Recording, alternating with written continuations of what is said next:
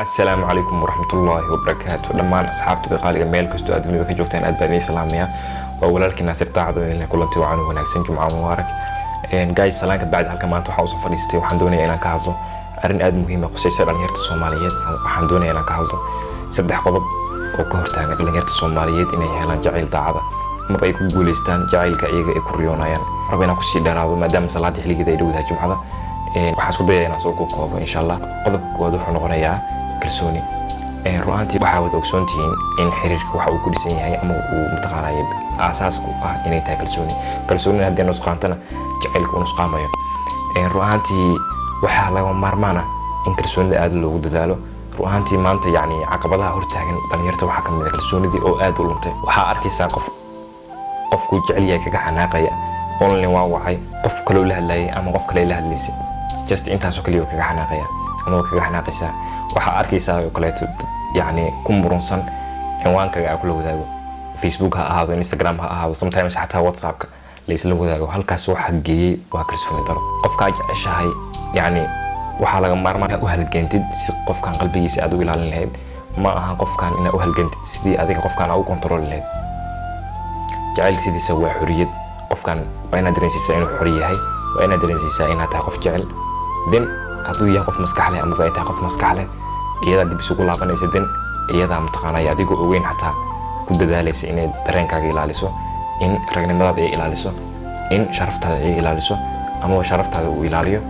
yani halkan waxaan ka wadaa markaan sharaf ka hadlayo sometimes qofka haddii aad dareen inuu xor yahay ama ay xor tahay oo aad dareensiisa inaad ku kalsoon tahay meel kasta uu joogo ama meel kasta ay joogto.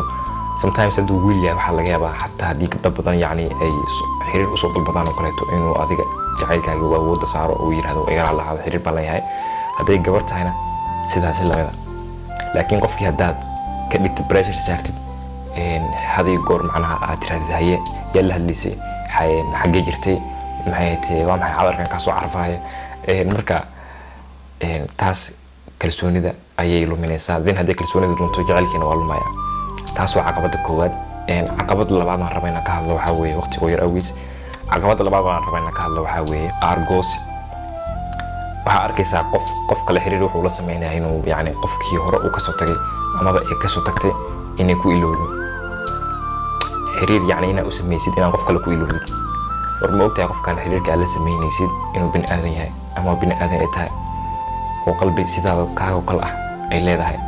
waa laga yaabaa qof hore inuu dhaawac ku soo geystay ama qalbigaaga boog madow ay ku taalo. soo boogtaas si aad u tagtid waxaa ku khasbanaatay inaad boog kale qof kale aad ku samaysid oo aan waxba kaa samaysan. taasuna laga qorxoonyaa ru'aantii. haddaa qof jeclaanaysa waxaa lagu jeclaadaa qofkaas shakhsiyadiisa, damiirkiisa iyo weliba dabeecadiisa iyo kartidiisa qofkaas uu leeyahay. ma aha inaan qofkan yani aad ula socotid only heblahay waa kala tagteen ama hebel waa kala tagteen dee asba qof kale u samaystay adigana qof kale samaysay si qofkan qalbigaaga uu uga baxo. automatically qofkan yani xiriir waxa uu la samaysay qof hore inaa ku ilowdid.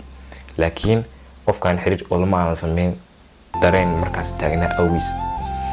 soo waxa ka mid tahay caqabadaha dhalinyarta maanta haysta. qodobka saddexaad maanta aan doonayo inaan ka hadlo waxa weeyaan in lagu degdego xagga guurka. waxaa arkaysaa yani dhammaan asxaabtaadii oo wada guursaday kama fakaraysid yani guurka waa nasteexo waxa loo baahan yahay. muhiimna maaha dadka inay sanado badan wada socdaan ilaa ay guur ka gaarayaan. sometimes hal sano kugu qaadan kartaa, sometimes bil kugu qaadan kartaa, sometimes 3 sano kugu qaadan kartaa.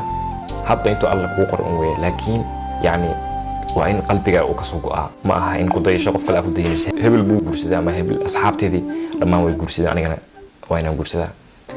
mawduucaas intuu maankaaga ku jira maaragtay yani waxa weeye asxaabta uma qanacsan maahe qalbiga ma qancin. marka waxaan leeyahay arrintaas iyada ahna laga fiirsado. dhalinyaro badan waxaa aqaanaa u guursaday hebel buu guursaday sanadka dambe waa inaan guursadaa. only wuxuu qofkaas u halgamayaa in asxaabtiisa uu barajeeyo singalnimada ka baxo. muhiim ma aha in guurka lagu degdego. soo waxaa loo baahan yahay mutaqaanay in la isku sabro. markii labada qalbi ee wada socod isjecel ay go'aansadaan inay guri wada dhistaan waa inay guurka idinkeeda ka soo go'aa. ma aha in dad aad ku dayanaysaan awgiis aad xiriir yani aad aqal u dhisaan.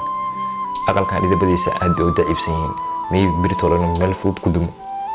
soo waxaa loo baahan yahay labada qalbi inay go'aan ka soo wada go'o den markay ku soo wada heshiiyaan iyagoo isku qanacsan iyagoo aan cid kale ku daynayn oo qalbigooda go'aansaday inay aqal wada dhistaan marka inay sameeyaan guri cusub soo waxaa aaminsanahay halka haddii yani arrinta laga sii wado in wax walba ay success noqonayaan soo saddexda caqabadooda muhiimka ah oo maanta aan rabina ka hadlo waa saddexdaas dhammaan aad baa mahadsantahay arrinta inaan ka hadlana yani waxaa igu keentay maadaama aan dhalinyaro badan aan ku dhex jiro arrimo badan oo yani dhacdooyin badan aan gubjoog u ahaa waxaa laga marmaan noqotay in asxaabta dhalinyarta Soomaaliyeed meel walba ay joogaan aan fariinta la wadaago waana yani caqabad kastoo aan arkay ama gubjoog aan u ahaa saddexda midkood bay ku dhacisay saddexdan sabab midkood bay mataqaanay xiriirkooda uu burburay marka guys aad baa mahadsantihiin waa ku mahadsantihiin muuqaalkan daawashadiisa haddaa ka heshay like saar wixii taliyo tusaale comment noogu reeb jimco wanaagsan baa idin leeyahay waa nooyo muuqaalka xiga